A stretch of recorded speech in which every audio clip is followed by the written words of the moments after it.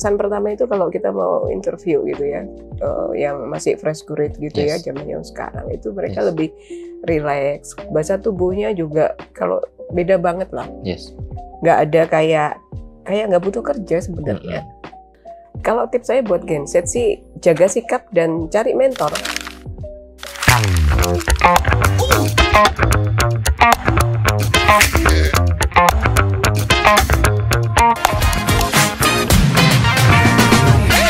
Siaran edukatif, ringan, dan unik.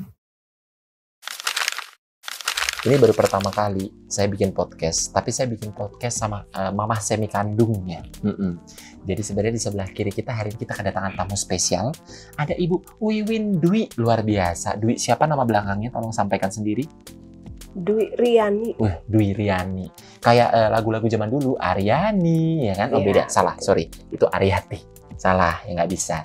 Selamat pagi semuanya. Hari ini kita datang di podcast yang agak beda nih, Bu. Jadi kalau biasanya kita bikin podcast itu di studio gitu ya, kita kan punya studio yang megah. Kalau nggak salah gedung 18 lantai ya, luar biasa sekali kebetulan supaya dikabulkan barangkali ya, karena kebetulan di sebelah kita ini agak tinggi ya jabatannya. Keren banget kan? Karena di lantai paling atas. Bener, ya maksudnya karena lantainya atas, bukan tinggi. Jadi tinggi bisa aja, terserah lah. Oke teman-teman, hari ini kita akan banyak ngobrol-ngobrol sesuatu yang agak beda. Seperti tadi aku bilang, kalau sebelumnya kita biasanya nih Bu, ada di studio yang megah itu. Sekarang kita akan mulai edisi kita yang baru, di mana kita akan muter-muter keliling Unibi. Jadi nanti sampai 2 bulan ke depan, kalian akan melihat berbagai sudut pandang tentang Unibi. Dan hari ini, kita akan mulai dari podcast di perpustakaan. Jangan berisik. Perpustakaan, ya kan? Oke, kita akan mulai hari ini bahas sesuatu yang agak ringan-ringan aja, tapi berat, Bu. Jadi ringan, tapi berat. Gitu. Kita mau ngebahas tentang dunia kerja, tapi khusus untuk Gen Z doang. Nah, ini pakar Gen Z ya, meskipun wajahnya terlihat Gen baby very booming ya. Tapi sebenarnya beliau ini adalah orang yang paling paham tentang Gen Z. Bu, jadi Ibu sebetulnya di Unibi ini menjabat sebagai apa sih? Kita mau kenalan dulu dong, ya kan? Biar kenal. Biar kenal. Coba ceritakan mama saya ini kerjanya apa kalau di Unibi? Silakan, Mah. Kerjanya di Unibi itu ngurusin karyawan. Wih, keren banget. Berarti udah tahu ya? Ini pasti kepala bagian SDM nih. Luar biasa. Jadi bergerak. Ya kan karyawan kan bergerak, barang hidup. Benda hidup. Nah, terus ngurusin juga sarana prasarana, benda mati. Benda mati. Nah, berlawanan hidup kan? Dan mati di kampus ini diurus oleh satu orang. Luar biasa. Bu Wiwin, hari ini mungkin kita nggak akan bicara karyawan secara keseluruhan. Tapi bahasan kita lebih spesifik tentang Gen Z. Jadi gini Bu, beberapa waktu belakangan ini tuh kan di TikTok, di sosmed, di Instagram, itu biasanya kan muncul tuh ada yang berita tentang Gen Z diberhentikan dari kerjaannya. Ada berita tentang Gen Z yang dipecat dari pekerjaannya. Ada data yang menunjukkan bahwa tahun 2024 yang lalu pun itu ternyata ada sekian juta Gen Z yang diberhentikan dari pekerjaannya. Emang sebetulnya menurut pandangan seorang Bu Wiwin gitu ya, emang Gen Z gimana sih Bu sebetulnya kalau bekerja? Pasti kan Ibu pernah dong memiliki karyawan-karyawan yang juga terlahirnya di generasi yang masuk ke dalam kategori generasi Z. Emang sebegitukah parahnya, Bu? Atau jangan-jangan tuh sebenarnya ada perspektif lain yang bisa kita ambil bahwa ini mereka ini punya banyak positif ya loh. Tapi kita harus pintar ngelolanya. Gimana Bu Wiwin tanggapannya soal itu? Gen Z ya.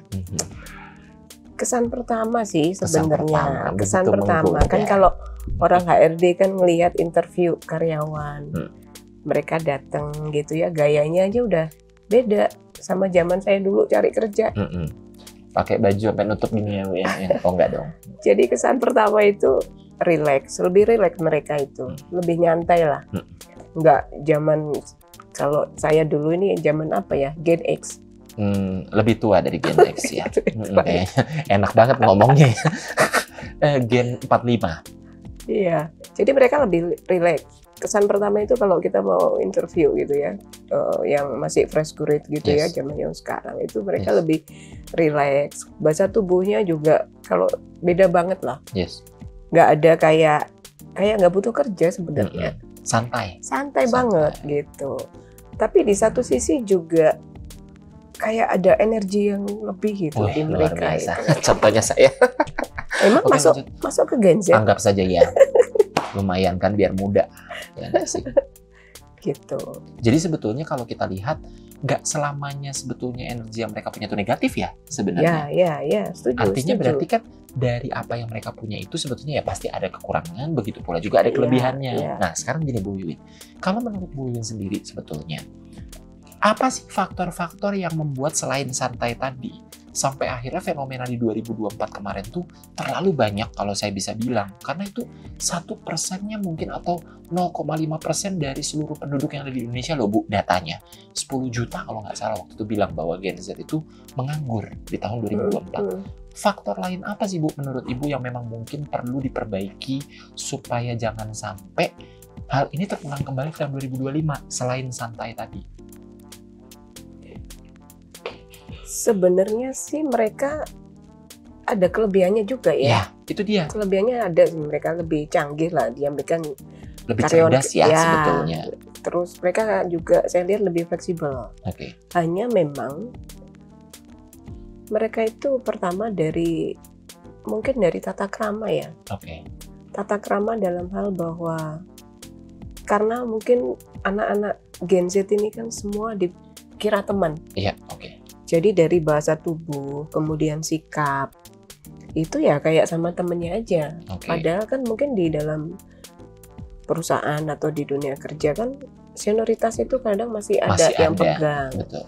Sehingga sepintar apapun, secanggih apapun itu karyawan, kalau dia nggak bisa menyesuaikan diri dengan kondisi perusahaan itu, ya memang akhirnya mereka terlempar. Bisa dari perusahaan dikeluarin, bisa juga si Gen Z ini yang mengambil keputusan untuk keluar gitu. Kenapa ya? Karena memang kalau anak-anak Gen Z itu saya lihat kan ini ya, mereka itu lebih, karena fleksibelnya, mereka jadi lebih orientasinya kan ke hasil. Sedangkan di perusahaan itu ada yang masih berpikir proses. Ada proses dilihat hasil juga gitu. Jadi ada perbedaan itu yang kayaknya itu yang bikin bisa Gen Z-nya nggak jenak dengan lingkungan seperti itu. Bisa juga dari sisi perusahaan proses juga masih penting gitu. Kalau saya boleh simpulkan sedikit apa yang Bu Wiwin bahas tadi, berarti kesimpulannya mungkin the real problem yang dialami saat ini itu berhubungan dengan attitude. Itu ya Bu ya? Ya. Mungkin karena keluhan terkait dengan masalah attitude ini yang mengakibatkan akhirnya turnover karyawan di generasi Z jadi agak lebih tinggi. Oke Bu, tapi kan bicara kelemahan pasti harusnya ada kelebihannya. Sekarang kita mau bahas sesuatu yang positif justru dari Gen Z-nya. Karena di samping dengan adanya permasalahan-permasalahan yang ada mungkin berkaitan dengan attitude tadi, cara bersikap dan hal, saya yakin banget bahwa karena kebetulan saya juga dosen mengajar anak-anak Gen Z, Gen Alpha, bentar lagi Gen Beta gitu kan ya Bu ya. Berarti ada nih pasti, saya pun melihat bahwa mereka ini punya banyak banget sisi positif yang sebenarnya could possibly be useful enough untuk perusahaan supaya perusahaannya bisa berkembang. Kalau menurut Bu Wiwin, apa Bu kira-kira positif yang paling menonjol dari Gen Z ini yang bisa menjadi titik awal perusahaan untuk semakin maju atau organisasi akan semakin berkembang? Dari generasi Gen Z ya, positifnya mereka lebih kreatif sebenarnya. Inovasinya juga ada aja gitu. Itu yang kelihatan menonjol banget di mereka. Gitu. Hanya tinggal ya itu tadi, ada nggak ruang-ruang di perusahaan atau di instansi kita untuk bisa kasih kesempatan ke merekanya. Sebetulnya kalau misalkan kreatif itu, apakah memang dibutuhkan itu Bu di perusahaan? Kadang kan nih penonton Gen Z kita kan mikir, emang sebetulnya kalau di perusahaan tuh apa sih yang dibutuhkan? Kadang tuh mereka masih mikirnya kan mungkin, saya harus kerja terus, rajin, harus datang jam 6 pagi. Bu ini kalau datang jam 5 subuh ya kebetulan kan. Pulang jam 12 dulu, malam. ngepel dulu. Nyapu, ngelap kaca. Kan sarpras, gitu kan. Oh ya benar-benar luar biasa. Sangat panutan sekali ya kalau besok tidak kita temukan jam 5 subuh. Kita kasih denda. Berarti bannya bocor. Oh iya benar. Alasan klasik. Terus kayak mereka ini kan pasti dengan kondisi-kondisi mereka, balik lagi ke yang tadi ya Bu ya. Dengan kreativitas mereka tuh bingung, apakah kreativitas saya itu bisa dipakai Bu di kerjaan? Emang kreatif yang kayak apa sih yang dimaksud? Karena kadang mereka tuh masih bingung banget loh Bu. Sebenarnya tuh di kerjaan tuh yang dimaksud kreatif tuh apa? Kemudian mereka harus berbuat apa untuk dia bilang bahwa gue kerjanya bagus nih, saya kerjanya oke nih. Hal-hal apa sih sebetulnya kreatif yang dimaksud Bu kalau di perusahaan? Ya intinya bahwa kalau kreatif tetap harus disesuaikan sama culture organisasi ya. Kan setiap perusahaan pasti punya culture. Betul. Ada hal-hal yang dipegang sehingga tidak semua ide itu bisa langsung secara otomatis diterima. Yes, betul. Gitu. Jadi itu yang mungkin perlu diperhatikan sih kalau saya. Oke, Bu, kita kan tahu nih ya. Gila, penonton belum tahu, kita mah tahu. Jadi kita harus pamer sedikit. Sebelum Bu Wiwin berkarya di Unibi kita tercinta ini, beliau kan memiliki jabatan yang sangat tinggi di institusi yang lain, gitu kan. Artinya beliau pernah membawahi banyak sekali karyawan dari berbagai generasi atau lintas generasi. Menurut Bu Wiwin, ketika pengalaman Ibu selama belasan tahun menghandle itu, apa sih Bu yang menjadi gap antara generasi sebelum Gen Z? Misalkan Gen Y nih, kayak saya kan generasi Y ya, atau dengan Gen X yang membuat kadang terjadi benturan kepentingan untuk membuat institusi itu pastinya lebih bagus dan lebih maju. Karena generasi apapun ketika kita berkarya atau bekerja, itu sudah pasti tujuannya adalah untuk perusahaan, untuk kebaikan organisasi. Tapi biasanya kalau menurut Ibu, apa yang membuat akhirnya terjadi benturan ketika Gen Z ini melakukan sesuatu dengan mereka-mereka yang generasinya berbeda dengan Gen Z itu sendiri? Ada nggak sih Bu? Ada sih banyak. Ada, ya. Banyak sih, tapi tergantung gimana perusahaan juga bisa menyikapi ya. Apalagi kalau karyawannya hampir mayoritas Gen Z ya, mau nggak mau perusahaan juga harus adaptif juga ya. Jadi ya itu tadi, karena Gen Z cenderungnya orientasinya hasil, sedangkan perusahaan masih saklek dengan aturan, di mana aturan itu ya sama kayak prosedur, harus begini dulu untuk satu pekerjaan di finish sampai finish. Ada urutannya gitu. Nah, betul. Sedangkan Gen Z nggak lihat itu.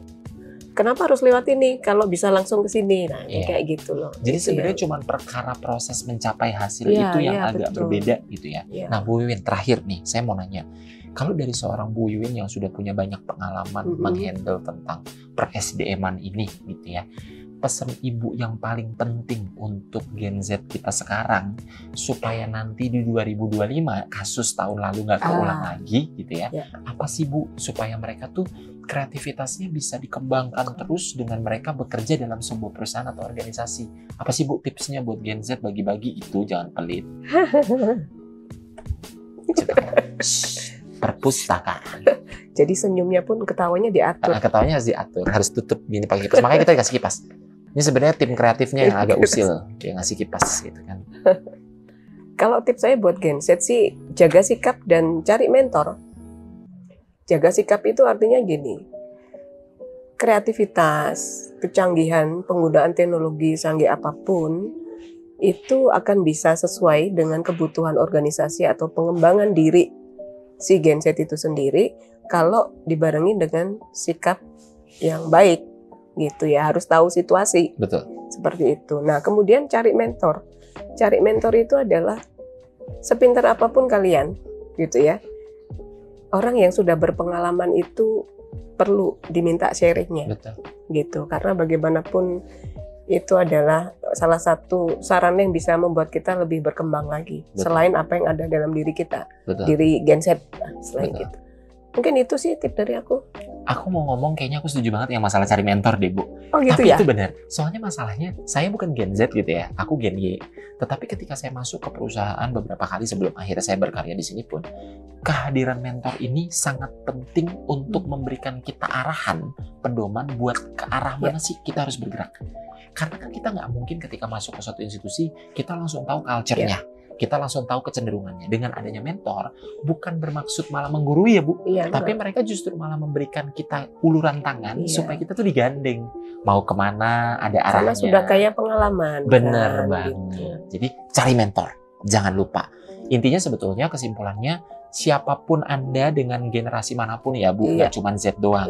Gen Y mungkin, atau bahkan Gen X sekalipun, intinya harus nggak boleh berhenti belajar. Karena masalahnya memang proses belajar itulah yang akan membuat kita mau nggak mau jadi kayak dapat hal baru lagi nih. dapat hal baru lagi. Akhirnya kita jadi bisa adaptif dan pastinya jadi bisa menjangkau setiap situasi dan membuat kita jadi bisa diterima di lingkungan mana. Iya, jangan lupa. Apa nih? Dibarengi dengan sikap. Sikap. Kayaknya ujung-ujungnya nanti dibarengi sikap dan doa, ya kan? Kan penting. Iya kan Bu, semua kan harus sinkron gitu kan. Apalagi di bulan Ramadan edisi khusus ini. Di bulan puasa kita harus menambah amal kita. Berbuat baik nggak ada salahnya loh. Dan itu yang memang dibutuhkan oleh perusahaan saat ini. Oke Bu Wiwin, terima kasih banyak untuk waktunya. Senang sekali bisa ngobrol sama Bu Wiwin. Dan kalau teman-teman sekalian ingin tahu juga lebih jauh tentang bagaimana sih sebetulnya dunia kerja, belajar sesuatu yang bisa membuat kalian siap untuk masuk dunia kerja. Mungkin jangan-jangan kamu harus masuk Unibi deh kayaknya. Karena di Unibi kamu nggak cuma belajar tentang bagaimana menghitung, bagaimana segala macam. Kita di sini belajar sikap juga Bu. Iya, betul. Dosen-dosennya top. Lihat. Kalau SDM-nya aja kece kan, artinya kita juga belajar bagaimana cara mempersiapkan attitude kalian untuk masuk ke dunia kerja atau bahkan menjadi entrepreneur. Ingat, tagline Unibi adalah Be the Young Entrepreneur. Kebetulan PMB kita sudah dibuka nih sejak bulan Januari kemarin, Bu. Ya. Jadi teman-teman yang tertarik untuk mendaftar, teman-teman bisa kunjungi pmb.unibi.ac.id. Kalau perlu scan aja ini, nanti akan langsung dikasih buat kalian tuh. Lihat tuh, bagus kan? Tuh. Tolong di-scan ya, langsung kunjungi pmb.unibi.ac.id. Teman-teman sekalian bisa mendaftar di Unibi untuk mendapatkan program pendidikan yang luar biasa. Karena ingat, di gelombang pertama yang sudah dimulai ini, teman-teman bisa mendapatkan diskon sampai 50%. Luar biasa, mana ada kampus bagus di diskon sampai 50%. Makanya teman-teman buruan. Udah, itu cek aja dulu pmb.unibi.ac.id. Pokoknya nanti teman-teman akan dapat informasi lengkapnya di sana dan teman-teman bisa mendaftar di program studi pilihan kalian.